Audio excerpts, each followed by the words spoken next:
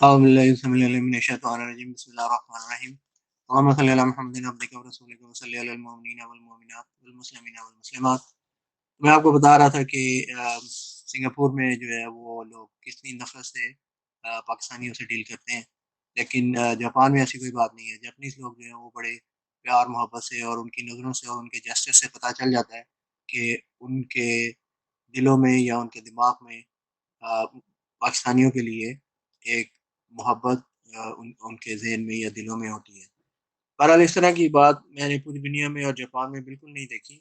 اب میں ترکی مسجد ٹوکیو کا بھی ٹور کر لیا تھا اور بہت خوشی اور سکون محسوس ہوا تھا۔ وہاں نمازیں ادا کر کے اور مسجد کو دیکھ کے مجھے بہت خوشی ہوئی۔ اب میری اگلی تفریح کا مقام ٹوکیو ڈزنی لینڈ تھا۔ میرے پاکستانی دوستوں نے مجھے ڈزنی لینڈ بھی دیکھنے کا مشورہ دیا تھا، جسے میں نے بھی مان لیا تھا۔ میرا ذہن بن رہا تھا لیکن وہ ابھی مکمل نہیں ہوا تھا۔ میرے پاکستانی دوستوں نے مجھ سے کہا کہ ٹرین اسٹیشن سے ڈزنی لینڈ جانے والی پہلی ٹرین پہ سوار ہو جاؤں۔ انہوں نے بتایا کہ ڈزنی لینڈ جانے کے لیے صبح سورج نکلنے سے پہلے ہی ڈزنی لینڈ پہنچ کر ٹکٹ لینے کے لیے لائن میں لگنا پڑتا ہے، اور پھر ایک مخصوص تعداد تک ٹکٹیں دینے کے بعد ٹکٹ کاؤنٹر بند کر دیے جاتے ہیں، اور ایک مخصوص تعداد کے لوگ ہی پھر سارا دن ڈزنی لینڈ میں گھومتے پھرتے اور تفریح کرتے اور انجوائے کرتے رہتے ہیں۔ اس کی ایک بڑی وجہ یہ تھی کہ شاید ڈزنی لینڈ میں جو پروگرام اور شوز دکھائے جاتے ہیں وہ دن میں 2 یا 3 مرتبہ ہی بار بار دکھائے جاتے ہیں۔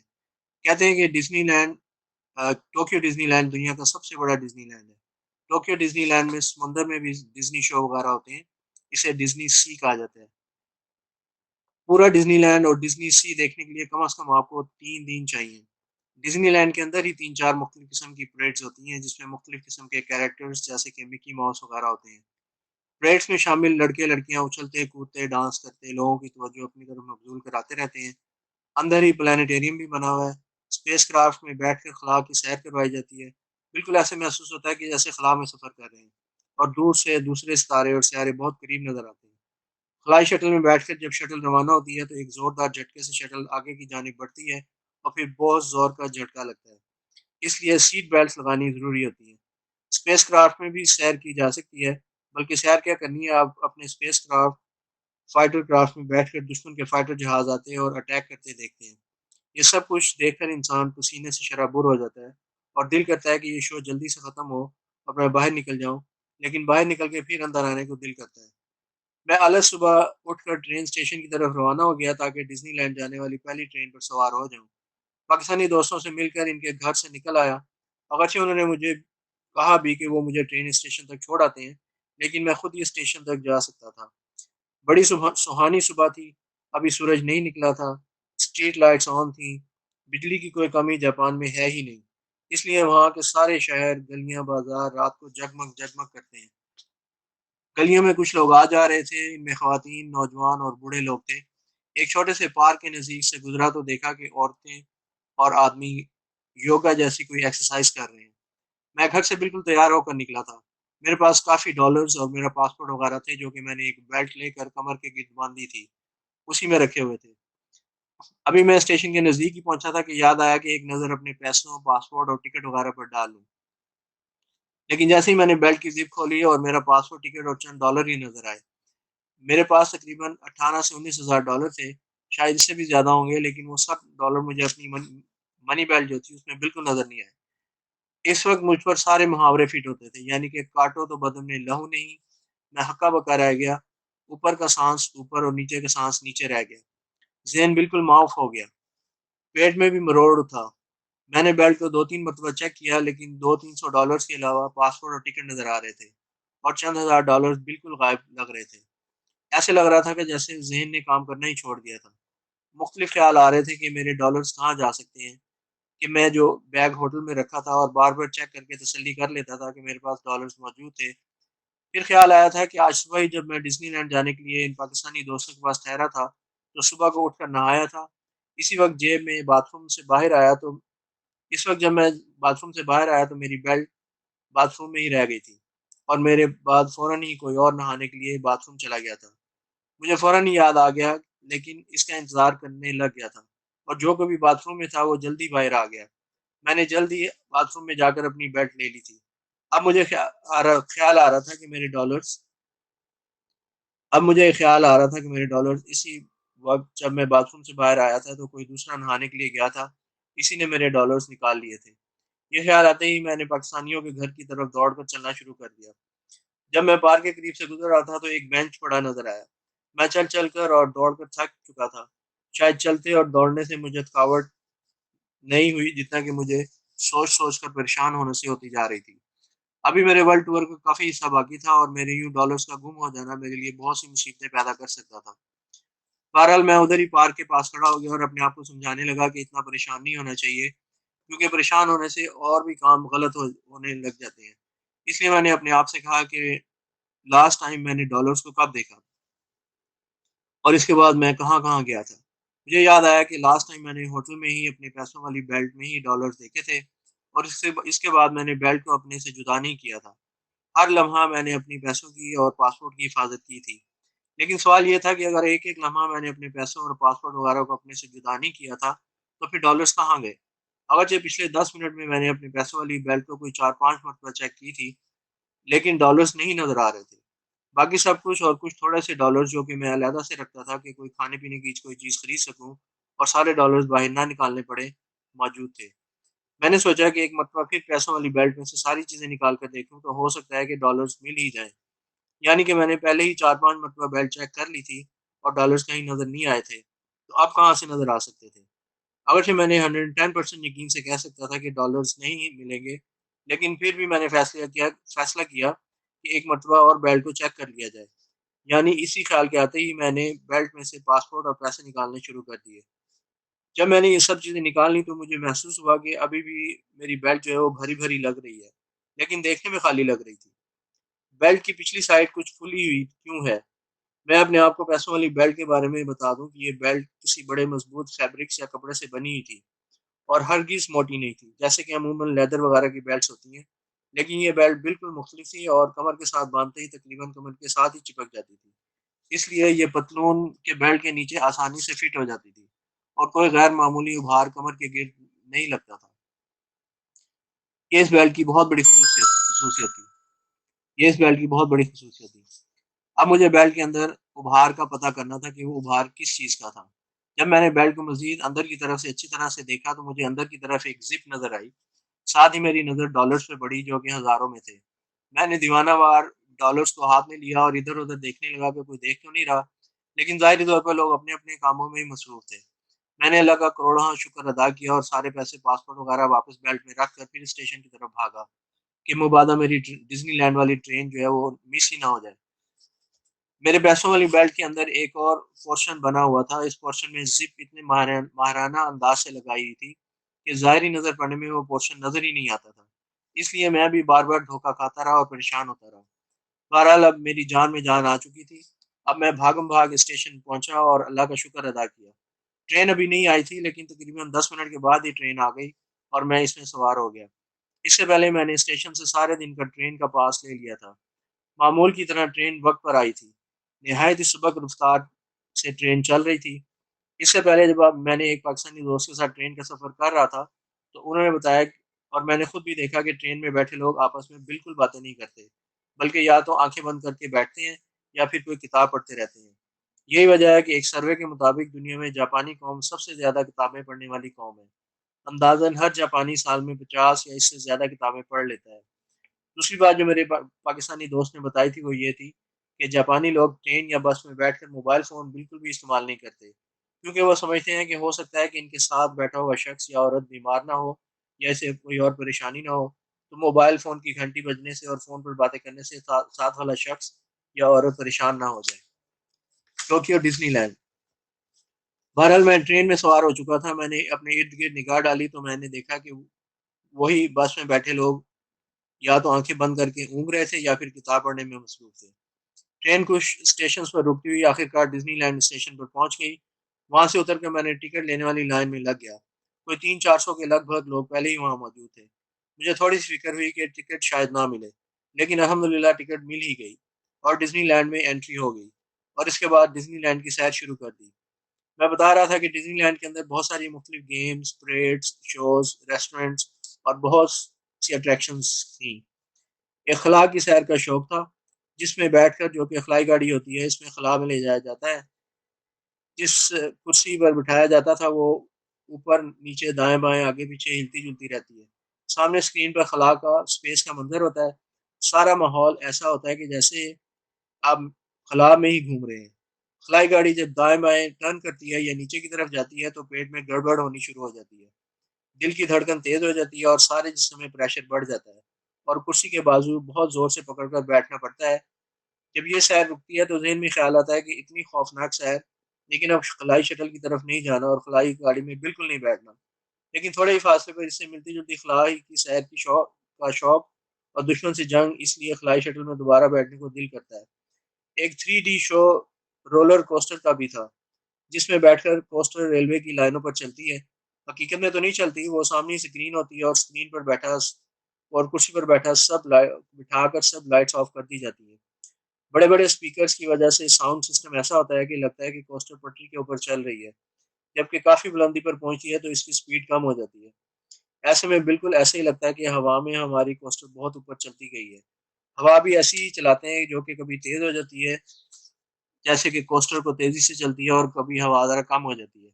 جب کوسٹر ہلکی ہوتی ہے اور کافی بلندی پر جا کر جب کوسٹر ایک دم سے نیچے کی طرف آتی ہے تو اسکرین پر نیچے کا منظر 3D میں دکھایا جاتا ہے اور لگتا ہے کہ بس ہماری کوسٹر ابھی زمین پر گر پڑے گی، لیکن بچت ہو جاتی ہے۔ اس سفر میں بھی دل کی دھڑکن تیز، سانسیں رکتی ہیں اور چیخیں نکلتی رہتی ہیں اور دل کرتا ہے کہ وہاں سے باہر بھاگ جائیں، لیکن جب باہر جائیں تو دوبارہ سے اندر بیٹھنے کی خواہش میں چلنا شروع کر دیتی ہے۔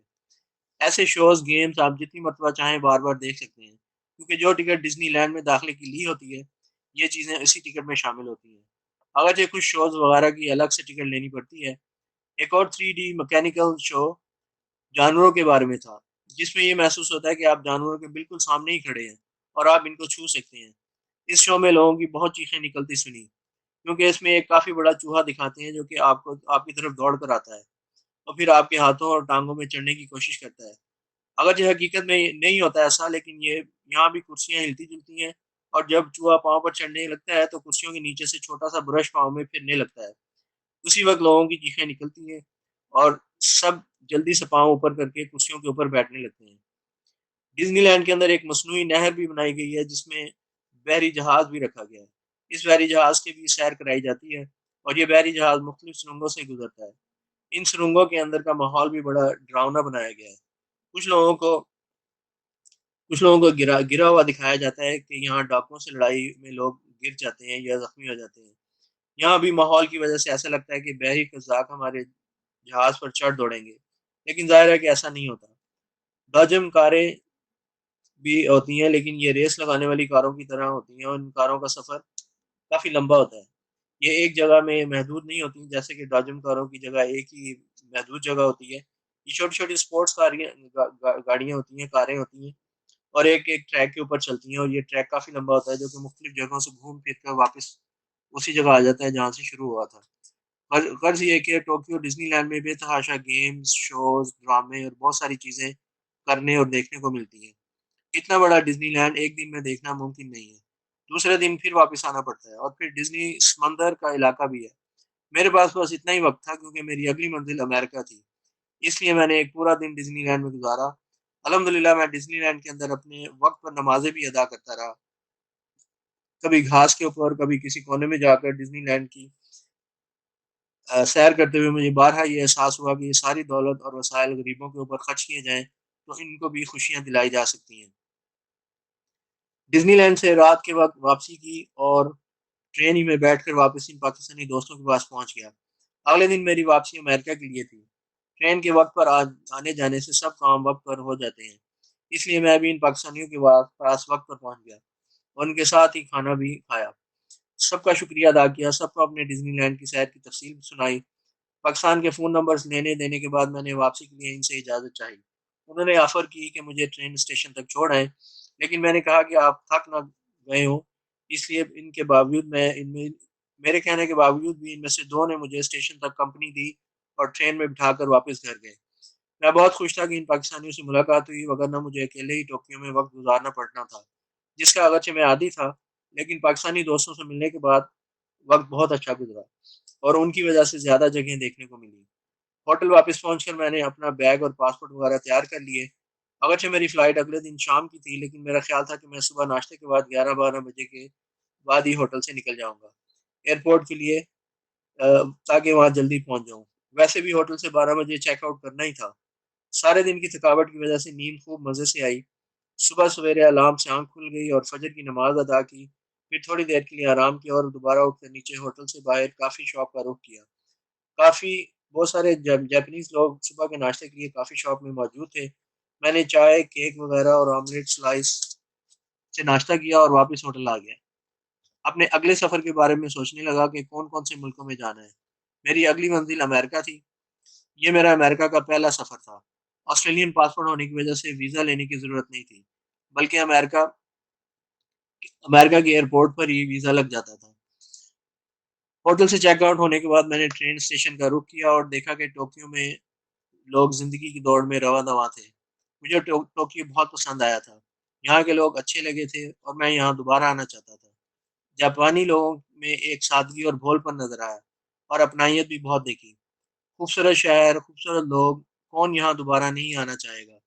میں نے اپنے ورلڈ ٹور کے دوران کبھی کہیں بھی کوئی شاپنگ کبھی نہیں کی۔ اگرچہ بہت ساری چیزیں ایسی تھیں کہ دل چاہتا تھا کہ لے لوں، لیکن اگر میں ایک دو چیزیں بھی لینا شروع کر دیتا تو میرے پاس چیزوں کا ڈھیر لگ جاتا اور پھر مجھے ایک جگہ سے دوسری جگہ جانے میں مشکلات کا سامنا کرنا پڑنا تھا۔ اب تو میرے پاس ایک ہینڈ بیگ ہی تھا جس میں میرے ضروری کپڑے وغیرہ تھے اور میں بآسانی ایئرپورٹ سے باہر نکل آتا تھا۔ اب بھی میں نے اپنا بیگ اٹھایا اور ٹرین پر سوار ہو گیا۔ راستے میں شاید 2 جگہ ٹرینیں تبدیل کرنی پڑی اور پھر میں ٹوکیو ایئرپورٹ سے اندر پہنچ گیا۔ امیگریشن پر پھر کوئی سخت چیکنگ وغیرہ کا سامنا نہیں کرنا پڑا۔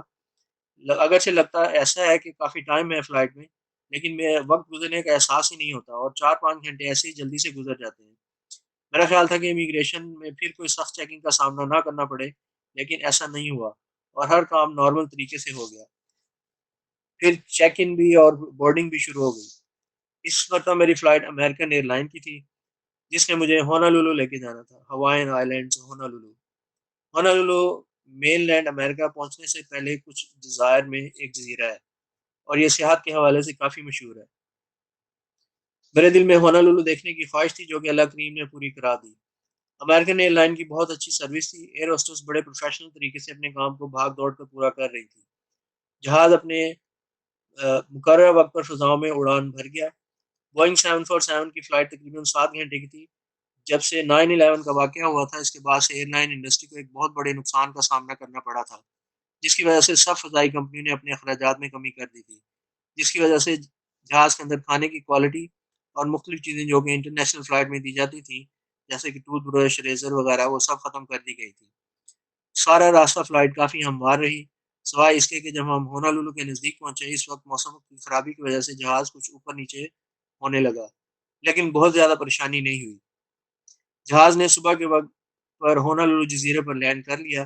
کافی مصروف ایئرپورٹ ہے، شاید اس لیے کہ چھٹیاں تھیں اسکولوں کالجوں وغیرہ میں، اور یہ 4 جولائی کا دن تھا جو کہ امریکہ کا نیشنل ڈے تھا۔ اب سورج نہیں نکلا تھا ابھی سورج نہیں نکلا تھا ابھی سورج نہیں نکلا تھا امریکہ ہونالولو ابھی سورج نہیں نکلا تھا، چونکہ ہم نے آگے کی طرف سفر کیا تھا، اس لیے ہونالولو میں ٹائم کا فرق ٹوکیو سے 19 گھنٹے کا تھا۔ یعنی کہ اگر ٹوکیو میں رات کے 8 بجتے ہیں تو ہونالولو میں ابھی پچھلی رات کا 1 بجا ہوتا ہے، لیکن یہ ٹائم کا فرق انٹرنیشنل ٹائم کے فرق کی وجہ سے ہے۔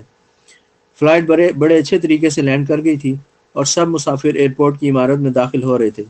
ادھر ہی امیگریشن کاؤنٹر بھی بنے ہوئے تھے۔ اگرچہ میں بالکل نارمل تھا، لیکن چونکہ 9/11 کا واقعہ ہو چکا تھا، اس لیے مختلف سوالات ذہن میں آ رہے تھے کہ ایئرپورٹ پر میرے ساتھ کیسا سلوک ہوگا اور کتنی مشکلات کا سامنا کرنا پڑے گا۔ ایک زندگی کا سبق جو کہ میں نے سیکھا تھا وہ یہ کہ کامیابی حاصل کرنے کے لیے ہمت محنت کرنی پڑتی ہے۔ اگر ہمت سے کام نہ لیا جائے تو کامیابی حاصل نہیں ہوتی۔ میں یہ سوچتے ہی امیگریشن کاؤنٹر کی لائن میں لگ گیا۔ جلد ہی میری باری بھی آ گئی۔ وہاں پر ایک افریقن امریکن بیٹھا ہوا تھا۔ اس نے میرا پاسپورٹ لے کر کمپیوٹر پر چیک کیا اور پھر مجھے بتایا کہ پچھلے کمرے میں بیٹھ کر انتظار کرو۔ میں اس کمرے میں چلا گیا۔ یہاں پر 2 مرد اور ایک عورت بھی بیٹھے ہوئے تھے۔ انہیں بھی شاید میری طرح انتظار کرنے کے لیے کہا گیا تھا۔ میں وہاں پر پڑی کرسی پر بیٹھ گیا۔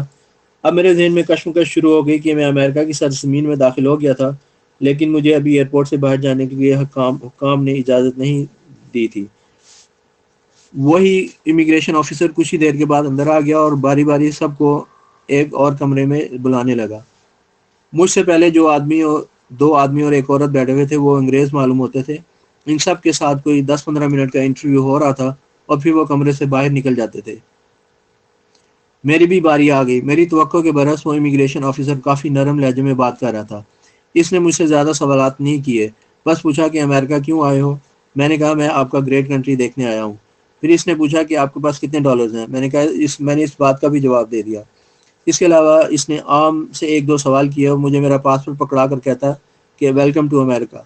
میں جتنا اس انٹرویو سے پہلے سوچ میں پڑا تھا کہ جانے کیا کیا سوالات پوچھے جائیں گے، اس کے برعکس امیگریشن آفیسر نے بالکل بھی تنگ نہیں کیا۔ یہی میرا خیال امریکہ اور امریکن لوگوں کے بارے میں تھا کہ اگر میں بالکل بھی کوئی بات نہیں چھپاتا اور میری نیت بہت صاف ہے اور میری کوئی خراب ہسٹری بھی نہیں ہے تو امریکن مجھے کچھ نہیں کہیں گے۔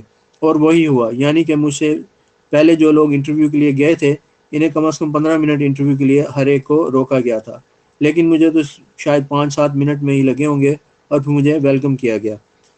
ہونولولو ہوائین گورنمنٹ کا ایک جزیرہ ہے۔ ہوائی جزیرے نمایاں طور پر 8 بڑے جزیروں پر مشتمل ہیں۔ ان میں ہوائی، مووائی، اوآؤ، کوآئی، مولوکا، لانائی، نیاہو، کھاؤ اور لاری ان جزیروں پر مشتمل ہے۔